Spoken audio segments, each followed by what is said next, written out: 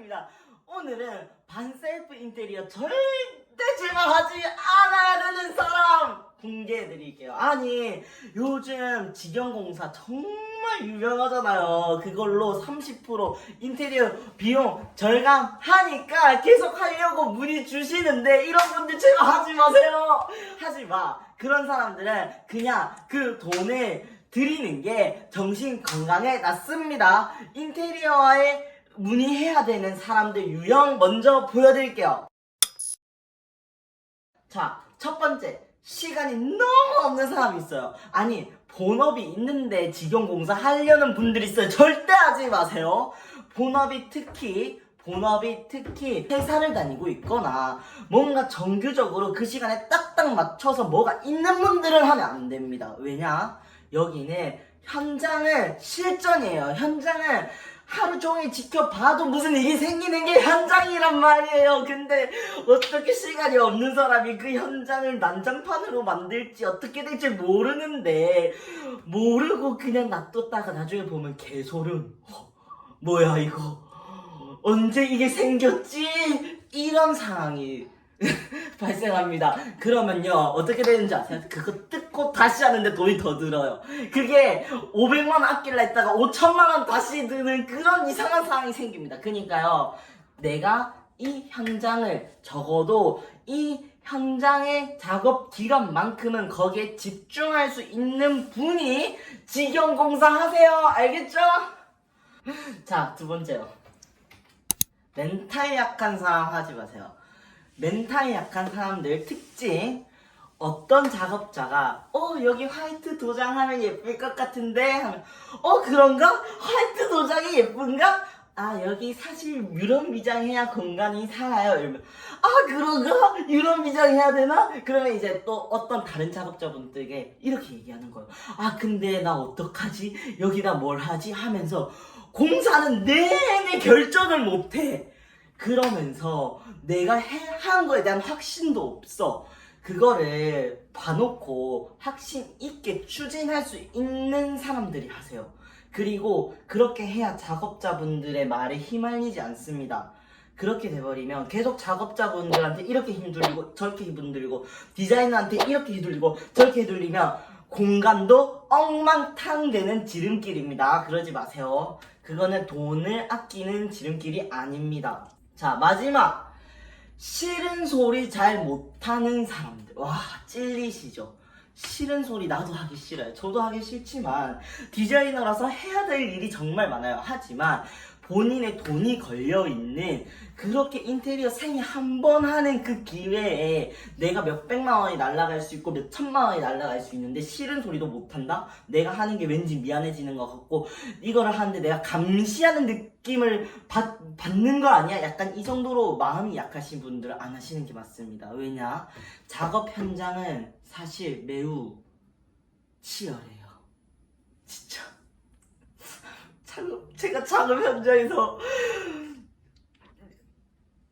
작업자분들이 거기서 제가 봤을 때는 멘탈이 어느 정도 돼야 합니다. 저 더 이상 말씀 못 드리겠습니다. 하지만 쉬는 소리를 할 줄 알아야 됩니다. 내가 요구할 수 있는 거, 나는 이 정도 비용 생각 안 했는데 왜 이 작업자가 들어왔나요? 나는 이렇게 못 하려고 안 했는데 왜 이걸 붙여놨나요? 라고 얘기를 분명히 할 수 있어야 되고요.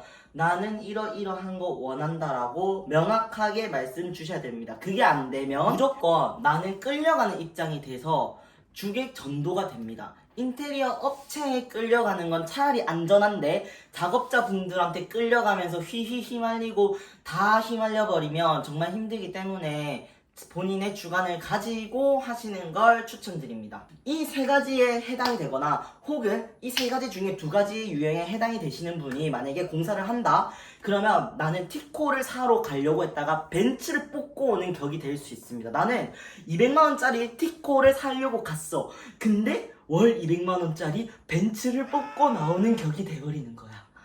자, 여러분 진짜 조심하셔야 됩니다. 인테리어 세계는 만만치 않아요. 특히 현장을 내가 휘둘릴 수도 있고요. 내가 이거를 컨트롤할 수 있어야 됩니다. 그게 가능한 게 첫 번째가 멘탈입니다. 멘탈이 되어야 작업자분들과 좋은 소통을 이어나갈 수 있습니다.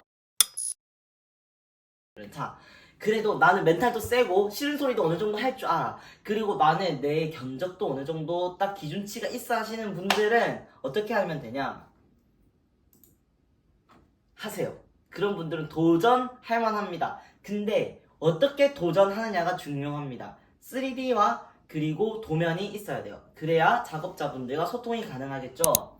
우선 기업 이윤을 내가 뛰면서 가져갈 수 있다는 큰 메리트가 있어요. 저희 3천만 원짜리 공사만 생각해 보세요. 거기에다가 900만 원을 절약할 수 있어요. 근데 3천만 원짜리 공사는 2주면 거의 직영공사로 가능할 수 있어요. 2, 3주 정도. 그러면 2주에서 3주 사이에 내가 900만 원을 벌어가는 그런 카타르시즘을 느낄 수 있을 겁니다. 하지만 힘든 건 좀 각오하셔야 됩니다. 왜냐, 우리는 인테리어 살면서 한 번 해요. 아니면 많으면 2번, 3번 하겠죠. 근데 처음 특히 직영공사를 내가 모르는 분야에 뛰어드는 건 큰 마음을 먹고 도전하시길 바랍니다. 2번째입니다. 인테리어를 내가 거기에 체험할 수 있다는 겁니다. 인테리어 공정이나 그리고 그런 것들 내가 짜보고 마감재 리스트도 내가 선별을 해보면서 인테리어에 대해서 전문가는 아니겠지만 그래도 정말 30% 비용을 절감하고 인테리어 전문가의 30%는 체험할 수 있을 겁니다. 그래서 예를 들어 이 템바 보드를 했을 때 마감재가 알고 보니까 더 싸더라 하면서 지인들한테 추천도 해줄 수 있고 내가 여기에 참여해서 인테리어 했다고 자랑도 할 수 있는 SNS에 내가 그 공정도 다 찍어서 올릴 수 있는 그런 선순환도 기대할 수 있습니다. 자, 마지막 공간의 기능과 본질을 생각해보는 계기가 된다. 이게 무슨 말이냐면 모든 공간은 컨셉이 중요합니다. 그 컨셉이 있기 때문에 기능에 맞는 컨셉이 상호작용해서 그게 매출을 불러일으키는 거고 그리고 또한 뿐만 아니라 그것이 매출 상승과 자기의 브랜딩 가치를 올려줄 수 있는 지속 가능한 경영이 되는 지름길이죠. 그것을 반셀프 인테리어를 하시면서 내가 어떤 공간을 생각했을까라는 걸 조금 더 심도 있게 내 스스로를 돌아보고 그런 것들을 가능하다라고 말씀드리겠습니다. 그래서 저희 컨빌에서는 이런 것들을 하죠. 보통 30평 인테리어를 한다고 칩시다. 자, 예를 들어 최근에 이제 분당에 있는 아파트를 30평 리모델링을 하게 됐어요. 여기를 이제 직영공사로 시작하신 이제 부부 대표님이 계시는데 거기에 이제 컨비에서 출동을 한 사례입니다. 자, 그분들은 이 세 가지에 해당이 안 되셔서 오케이 하셨습니다. 오케이 하셨고 컨비에서 출동을 했는데요. 첫 번째, 그렇게 되면 이제 시공이 가능한 도면을 제작해야겠죠. 시공이 가능한 도면을 제작하려면 현장이 반영된 3D 디자인이 있어야 됩니다. 3D 디자인은 그냥 그림이면 안 됩니다. 견적을 알고 우리가 그 견적에 맞게 디자인을 해드리는 것이 의미가 있습니다. 자, 그래서 저는 출동해서 이렇게 현장을 다 실측을 하는 거죠. 자, 이렇게 부엌도 있고요. 그 다음에 그 실측한 공간을 3D로 그대로 그려내는 겁니다. 그 치수에 맞게. 이거는 기존 공간의 배치입니다. 원래 딱 들어갔을 때 기존에는 여기가 TV가 있었고요. 여기 거실이 있었고요. 여기 이렇게 들어가면 붙박이 뿐만 아니라 이렇게 부엌이 있고 그 다음에 여기 베란다 있습니다. 이렇게 되고요. 이 기존 공간이 어떻게 바뀔 수 있는지 이제 보여드리겠습니다. 일단 배치안이 가장 중요하죠. 기능에 따라 디자인을 해야 되는데 나는 예상 견적이 만약에 4천만 원이야. 이 집에 나는 4천만 원을 쓰고 싶어. 근데 업체에서 뭐라 할까요? 7천만 원은 그래도 들어간다고 할 겁니다. 그런데 나는 4천만 원으로 이 인테리어 비용을 하고 싶은데 디자인도 어느 정도 잡고 싶은 가성비 있는 디자인을 하고 싶기 때문에 사람들은 직영공사를 하는 거잖아요. 그래서 이렇게 세 가지나 배치안을 저희가 드립니다. 왜 드리냐? 이거는 예를 들어 원래 기존에 있는 주방에는 이렇게 있어요.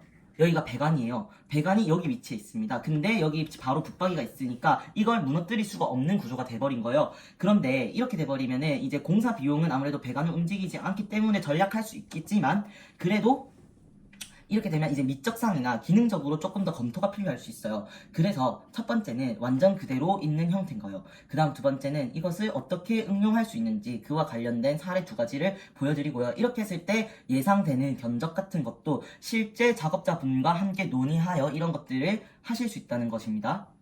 그리고 마지막으로 이런 것 현장을 반영한 3D 투시도가 되는 거예요. 여기 보시면 안으로 들어간 우물천장이 있죠. 이게 현장에 반영이 된 3D 투시도가 되어야 작업자분들이 이걸 보고 아 여기가 원래 우문천장이 있었으니까 여기 간접 조명을 넣으면 되겠네 라고 이해를 1차적으로 할 수 있는 거고, 그리고 그랬을 때 디자인이 바탕이 되어야 그게 바로 쓸 수 있는 3D 투시도란 겁니다. 그리고 또한 두 번째로 가장 중요한 거는 견적에 맞는 3D 투시도가 되어야 돼요. 만약에 그림이 8천만 원인데 나는 쓸 돈이 4천만 원이야. 그러면 그게 예산에 맞지 않는 거죠.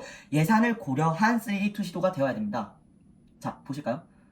이 사례 같은 경우는 견적이 4천만 원이었습니다. 4천만 원에 맞게 도배, 그리고 바닥, 그리고 천장 이렇게 된 것을 볼 수 있고요. 실링팬에 포인트를 주면서도 여기에 있는 라인 조명, 매입 등 이런 것들이 돈을 많이 주지 않지만 하지만 뭔가 심미적으로 효과가 있는 가심비와 가성비를 함께 잡을 수 있는 공간의 포인트로 활용을 하는 것이 인테리어 디자이너의 능력입니다. 이런 것들을 이끌어낼 수 있어야 그를 바탕으로 해야 돈이 정말 안 아까운 인테리어 디자인이 될 거죠. 자, 밑으로 한번 더 볼게요. 이것을 이제 3D 투시도로 반영을 했다면 그 고객분이 원하는 니즈를 살펴야 돼요. 저희는 어떤 니즈를 살피냐? 부엌에 대한 아이디어나 그런 차관점들을 계속 공유를 받습니다. 지속적으로 내가 이런 부엌을 하고 싶다. 그리고 나는 이런 부엌뿐만 아니라 여기에는 이런 시트지 들어간 거 보고 싶다라는 그 고객분의 취향이 있을 거예요. 이 고객분 같은 경우에서는 우드의 취향이 있었어요. 그러면 그 우드의 취향을 이 공간에서 어떤 화이트 톤과 맞췄을 때 어울리는지를 끄집어내는 것이 컨빌 디자인의 핵심입니다. 여기 보시면 이렇게 3D가 있죠? 이렇게 3D가 있는데 이것을 투시도로 한 경향입니다. 저희가 부엌 때문에 굉장히 애를 많이 먹었어요. 그런데 지금 보시면 여기는 부엌에 홈바가 있는 게 보이죠? 그리고 저희는 기존에 있는 싱크 위치를 옮기지 않고 그러면서도 시각적으로 예뻐 보일 수 있도록 고민을 했습니다.